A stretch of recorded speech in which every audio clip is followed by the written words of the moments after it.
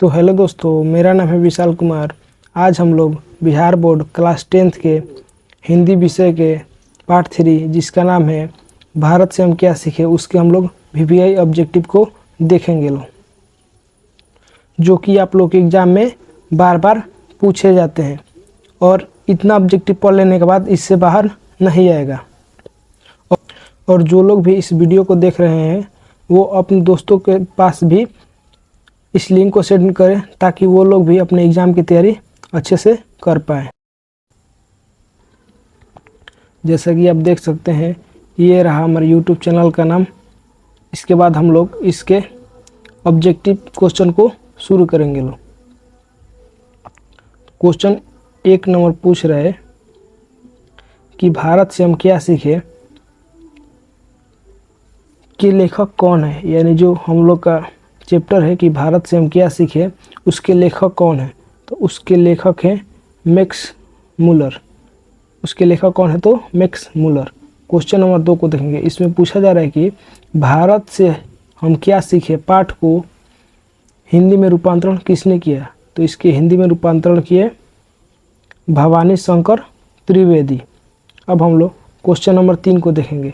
इसमें पूछा जा रहा है कि मैक्स मुलर कहाँ के रहने वाले थे। तो मैक्स मुलर कहाँ के रहने वाले थे तो वो जर्मनी के रहने वाले थे। अब हम लोग क्वेश्चन नंबर 4 को देखेंगे। इसमें पूछा जा रहा है कि मैक्स मुलर का जन्म कहाँ हुआ था।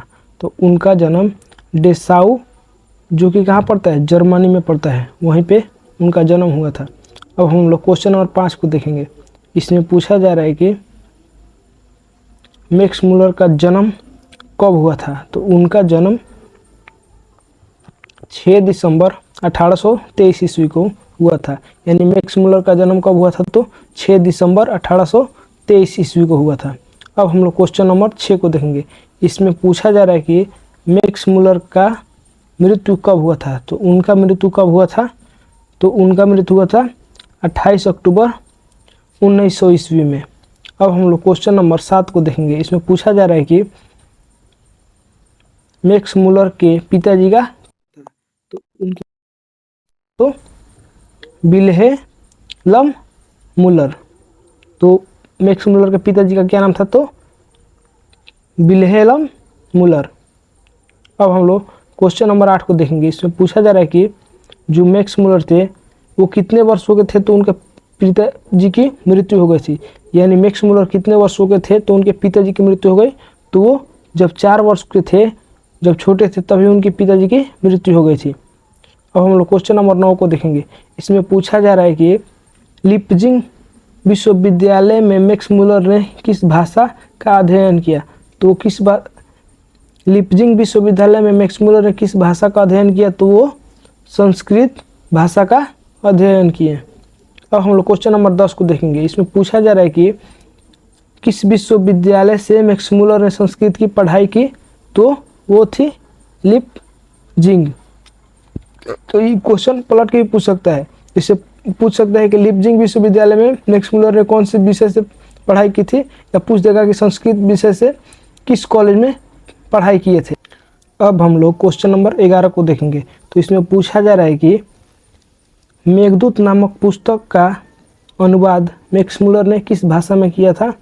तो वो किस भाषा में किए थे तो जर्मन भाषा में किए थे। अब हम लोग 12 नंबर क्वेश्चन को देखेंगे। इसमें पूछा जा रहा है कि मेघदूत नामक पुस्तक का जर्मन भाषा में अनुवाद किसने किया था। यानी जो मेघदूत नामक पुस्तक है उसका जर्मन में अनुवादन किसने किया था तो वो कौन थे, मैक्स मुलर। वो कहाँ का रहने वाले थे, जर्मनी के ही। अब हम लोग देखेंगे क्वेश्चन नंबर 13। इसमें पूछा जा रहा है कि मैक्स मुलर ने किस वेद का संपादन किया था। यानी हम लोग के कितने वेद होते हैं, 4। तो वो मैक्स मुलर ने किस वेद का संपादन किया तो वो था ऋग्वेद। अब हम लोग देखेंगे 14 नंबर क्वेश्चन। इसमें पूछा जा रहा है कि लेखक के अनुसार भारत की आत्मा कहाँ बसती है। तो लेखक के अनुसार भारत की आत्मा कहाँ बसती है तो गाँवों में। अब हम लोग क्वेश्चन नंबर देखेंगे 15। इसमें पूछा जा रहा है, क्वेश्चन नंबर 15 में पूछा जा रहा है कि मैक्स मुलर किस विश्वविद्यालय से जुड़े थे। तो किस विश्वविद्यालय से जुड़े थे? तो ऑक्सफोर्ड विश्वविद्यालय से जुड़े थे। अब हम लोग क्वेश्चन नंबर 16 को देखेंगे। इसमें पूछा जा रहा है कि भारत किस कारण विश्व में प्रसिद्ध है? तो भारत किस कारण विश्व में प्रसिद्ध है? तो संस्कृति और अध्यात्म के कारण पूरे विश्व में भारत प्रसिद्ध है। अब हम लोग क्वेश्चन नंबर 17 को देखेंगे। इसमें पूछा जा रहा है कि मैक्स मुलर थे, तो मैक्स मुलर थे वो भारत भक्त थे और संस्कृता अनुरागी थे और वेदों के प्रति अगाध आस्था रखने वाले थे। तो इसका आंसर क्या होगा? इसका आंसर होगा ऑप्शन डी, इनमें से वो सभी थे। अब हम लोग क्वेश्चन नंबर 11 को देखेंगे। इसमें पूछा जा रहा है कि लेखक के अनुसार भारत का वास्तविक धन क्या है? यानी लेखक पूछ रहे हैं, यानी लेखक के अनुसार भारत का वास्तविक धन क्या है? तो यहाँ की संस्कृति। अब हम लोग क्वेश्चन नंबर 19 को देखेंगे। इसमें पूछा जा रहा है कि मैक्स मुलर ने भारतीय ग्रंथों का अध्ययन किस भाषा में किया? यानी जो मैक्स मुलर थे वो कहाँ के रहने वाले थे? जर्मनी के। तो भारतीय कुछ ग्रंथ थे उसका अध्ययन उन्होंने किस भाषा में किया? तो किस भाषा में किए? तो वो संस्कृत भाषा में किए। अब हम लोग क्वेश्चन नंबर 20 को देखेंगे। इसमें पूछा जा रहा है कि स्वामी विवेकानंद ने वेदांतियों का वेदांती किसे कहा? तो वो थे मैक्स मुलर। तो क्वेश्चन पूछ सकता है कि स्वामी विवेकानंद ने वेदांतियों का वेदांती किसे कहा? तो मैक्स मुलर। या क्वेश्चन ये भी पूछ सकता है कि वेदांतियों का वेदांती मैक्स मुलर को किसने कहा? तो हम लोग क्या बोलेंगे? स्वामी विवेकानंद ने। अब हम लोग क्वेश्चन नंबर 21 को देखेंगे।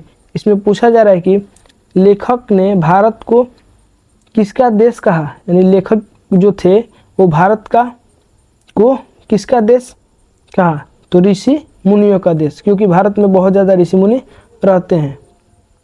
अब हम लोग क्वेश्चन नंबर 22 को देखेंगे। इसमें पूछा जा रहा है कि भारत की महानता किस से निहित है?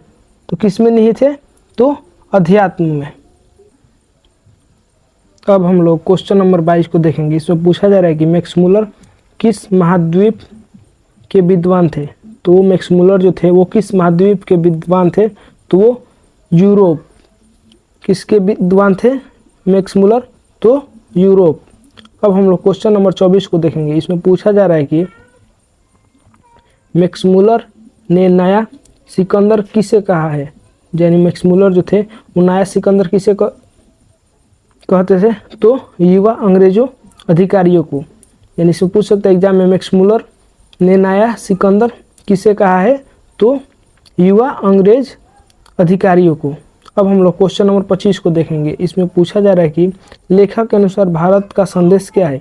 यानी लेखक के अनुसार भारत का संदेश क्या है? तो प्रेम और शांति।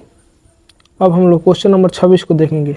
इसमें पूछा जा रहा है कि भारत की संस्कृति का प्रमुख गुण क्या है? यानी भारत की संस्कृति का प्रमुख गुण क्या है? तो क्वेश्चन नंबर ए इसका आंसर होगा सहिष्णुता।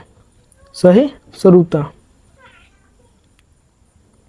अब हम लोग क्वेश्चन नंबर 27 को देखेंगे। इसमें पूछा जा रहा है कठ और केन उपनिषद का अनुवाद मैक्स मुलर ने किस भाषा में किया? तो वो यूरोप जर्मनी के रहने वाले थे, तो उन्होंने जर्मनी में अनुवादन किया। अब हम लोग क्वेश्चन नंबर 28 देखेंगे। इसमें पूछा जा रहा है कि हितोपदेश का जर्मन भाषा में अनुवाद किसने किया? तो हितोपदेश का जर्मन भाषा में अनुवाद किसने किया? तो मैक्स मुलर, क्योंकि वे जर्मन के ही रहने वाले थे, तो उन्हें जर्मनी भाषा आती थी। अब हम लोग क्वेश्चन नंबर 29 को देखेंगे। इसमें पूछा जा रहा है कि भारत से हम क्या सीखें? पाठ की कौन सी विधा है? तो ये है क्या है? भाषण है। यानी पूछा जाएगा ऑब्जेक्टिव में कि भारत से हम क्या सीखें? पाठ की कौन सी विधा है? तो ये क्या है? भाषण है।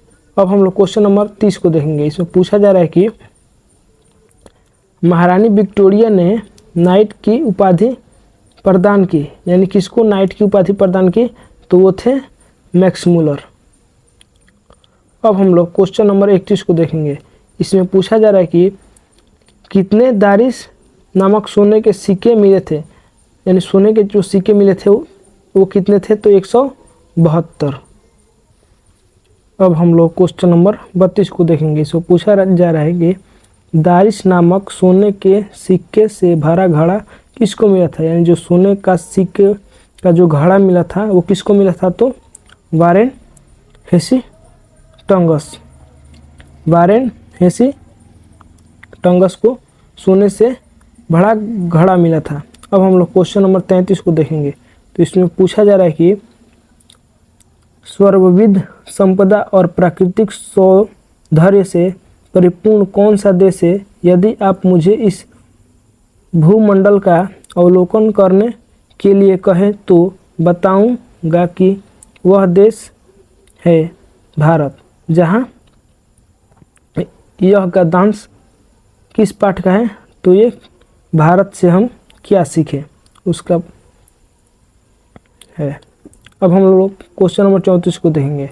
पूछ रहा है कि नालंदा विश्वविद्यालय कहाँ स्थित है, तो ये कहाँ स्थित है, बिहार में। यानी नालंदा विश्वविद्यालय कहाँ स्थित है, तो बिहार में।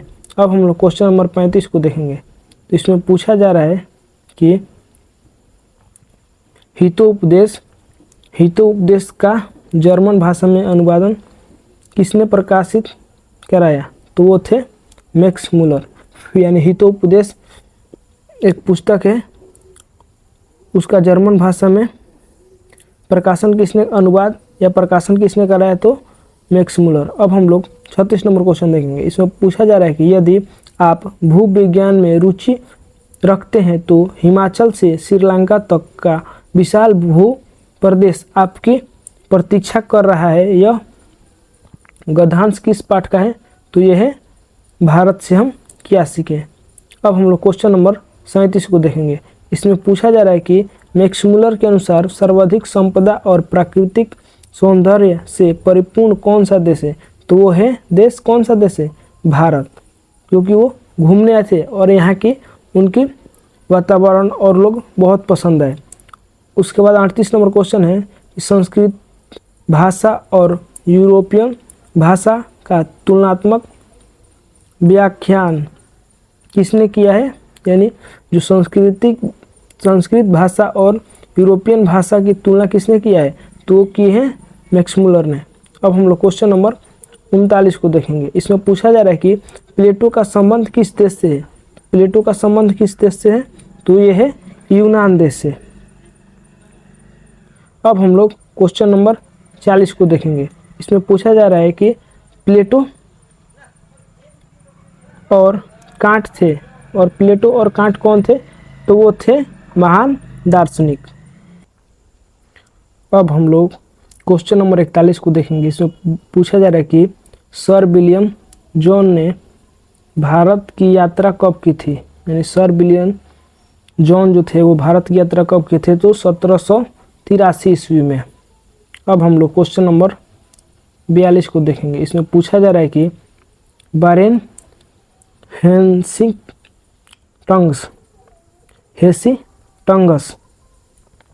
था, वो कौन था, तो भारत का गवर्नर जनरल था। यानी वारेन हेस्टिंग्स जो था वो कौन था, भारत का गवर्नर जनरल था। अब हम लोग क्वेश्चन नंबर 43 को देखेंगे। इसमें पूछा जा रहा है कि किसे बनारसी के पास सोने के सिक्के से भरा घड़ा मिला था, यानी किसको बनारस में सोने से भरा घड़ा मिला था, तो वो था वारेन हेस्टिंग्स, वारेन हेस्टिंग्स। अब हम लोग क्वेश्चन नंबर 44 को देखेंगे। इसमें पूछा जा रहा है कि दारिश क्या है, तो दारिश क्या है, तो सोने की प्राचीन कालीन सिक्का, यानी दारिश क्या है, तो सोने की प्राचीन कालीन सिक्का। अब हम लोग क्वेश्चन नंबर 45 को देखेंगे। इसमें पूछा जा रहा है कि प्रत्न मानव का अर्थ क्या है, यानी प्रत्न मानव का अर्थ क्या है, तो प्राचीन मानव। अब हम लोग क्वेश्चन नंबर 46 को देखेंगे। इसमें पूछा जा रहा है कि मैक्स मूलर ने कालिदास के किस काव्य का जर्मन भाषा में अनुवाद किए थे, यानी जो मैक्स मूलर थे वो कालिदास के किस काव्य को जर्मन भाषा में अनुवाद किए थे, तो उसका क्या नाम था, तो मेघदूत। अब हम लोग क्वेश्चन नंबर 47 को देखेंगे। इसमें पूछा जा रहा है कि वारेन हेस्टिंग्स को दारिश सिक्के कहाँ मिले थे? तो कहाँ मिले थे? तो बनारस में। अब हम लोग क्वेश्चन नंबर 48 को देखेंगे। इसमें पूछा जा रहा है कि हरकस कौन थे? तो हरकस कौन थे? तो वनस्पति वैज्ञानिक थे। हरकस कौन थे? तो वनस्पति वैज्ञानिक थे।